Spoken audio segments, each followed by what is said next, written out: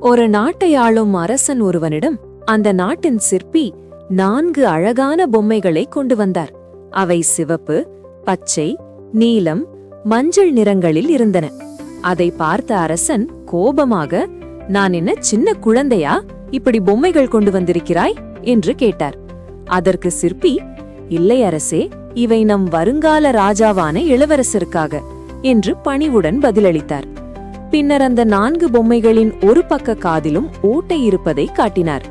முதலில் சிவப்பு நிற பொம்மையை அரசனிடம் கொடுத்து அதன் காதில் ஒரு மெல்லிய சங்கிலியை விடச் சொன்னார்.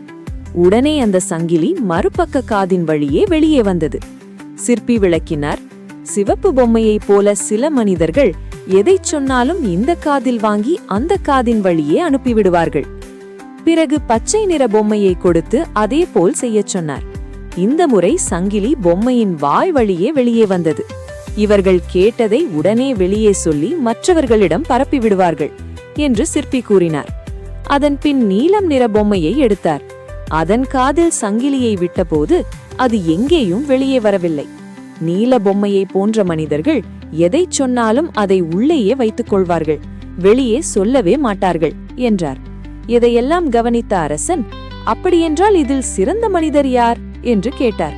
அப்போது சிற்பி மஞ்சள் நிற பொம்மையை எடுத்துக்காட்டி, "இதுதான் சிறந்த மனிதனை குறிக்கும் பொம்மை" என்று கூறி அதன் காதில் சங்கிலியை விட்டார்.